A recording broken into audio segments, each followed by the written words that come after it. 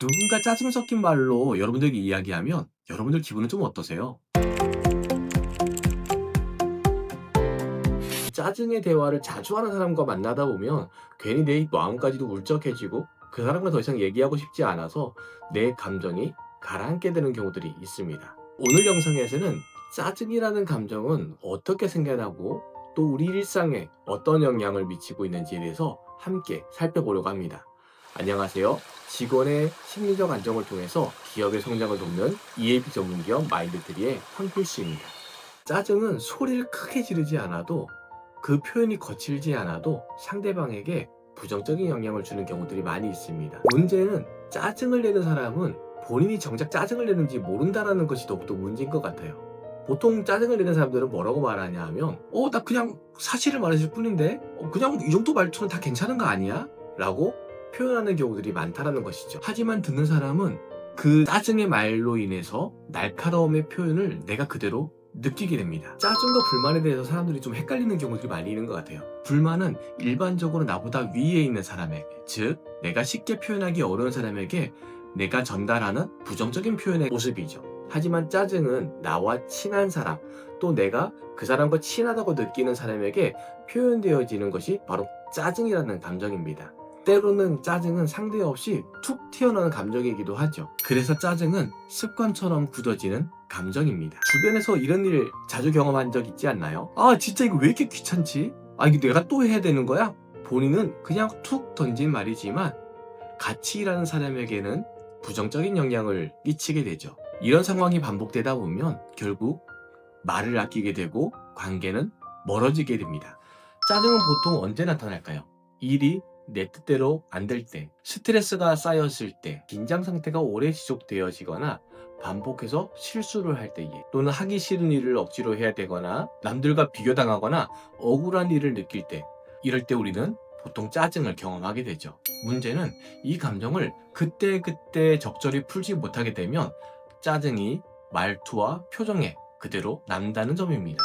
짜증은 보통 다른 사람에게 영향을 줄 거라고 생각하는 경우들이 많은데요. 짜증을 표현하고 있는 자신에게 먼저 부정적인 영향이 온다는 것을 우리는 알아야 됩니다. 우리가 말투가 공격적으로 바뀌게 되고 작은 일에도 예민해지고 일을 시작하기 전부터 부정적인 생각이 좀 들거나 그로 인해서 집중력과 업무 능력은 당연히 떨어지게 됩니다. 이런 일이 반복되다 보면 이런 생각이 점점 늘어나게 됩니다.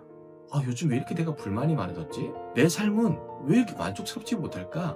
짜증은 상대를 향한 감정 같지만 결국 자기 자신에게 더 큰 영향을 주는 것이 바로 짜증입니다. 짜증을 내면 처음에는 원래 성격이 좀 직설적인 사람이야 라고 대부분의 사람들은 이해해 줄 수 있을 거예요. 하지만 짜증 섞인 말이 계속해서 반복되다 보면 어느 순간부터는 중요한 이야기를 그 사람과는 더 이상 하지 않겠다라고 생각하게 됩니다.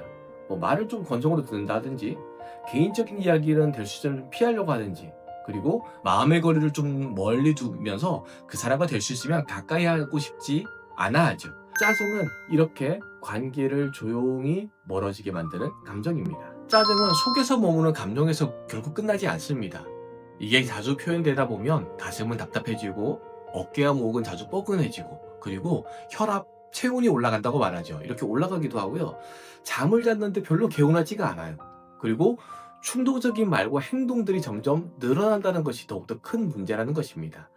짜증은 분노보다는 좀 약한 감정처럼 보일 수 있어요. 하지만 몸과 마음에는 꽤 큰 부담감을 줍니다.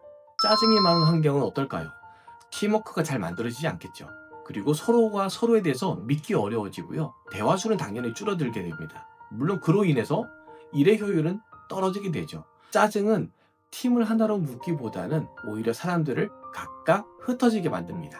짜증을 없애려고 하는 것보다 짜증을 내는 순간을 알아차리는 것이 더 중요합니다. 내가 언제 짜증을 내는지, 어떤 순간에 내가 예민해지는지, 짜증 뒤에 진짜 숨은 나의 감정은 무엇인지 찾아보는 것이 중요한 것이죠. 그리고 짜증을 극복하기 위해서는 이런 연습도 도움이 됩니다. 말하기 전에 숨 한 번 크게 들이셨다가 내쉬기. 상대방이 말하는 불편한 말보다 그 뒤에 숨어있는 긍정적인 의도가 무엇인지 찾아보기. 짜증을 내는 말 대신 나 지금 솔직히 피곤해 라고 표현해보기. 중요한 것은 짜증을 자주 내는 것은 성격의 문제가 아니라 대화 습관의 문제입니다. 짜증이 꼭 나쁜 것만은 아닙니다. 이런 좋은 영향도 주기도 하는데요. 우선 나의 한계는 어디까지인지를 알려줍니다.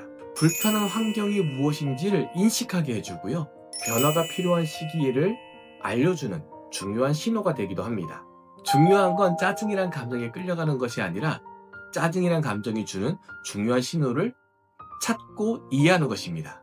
짜증은 결국 없애야 될 감정이 아니라 제때 풀어줘야 되는 감정이에요.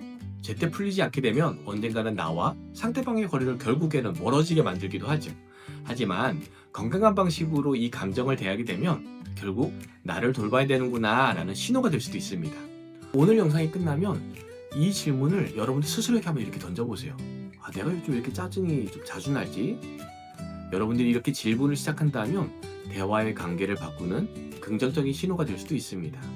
오늘 영상이 마음에 와닿았다면 구독과 좋아요 눌러주시면 저에게도 큰 힘이 될 것 같습니다. 다음 영상에서는 사랑이라는 감정은 우리에게 어떤 영향을 주는지 함께 살펴보도록 할게요. 감사합니다.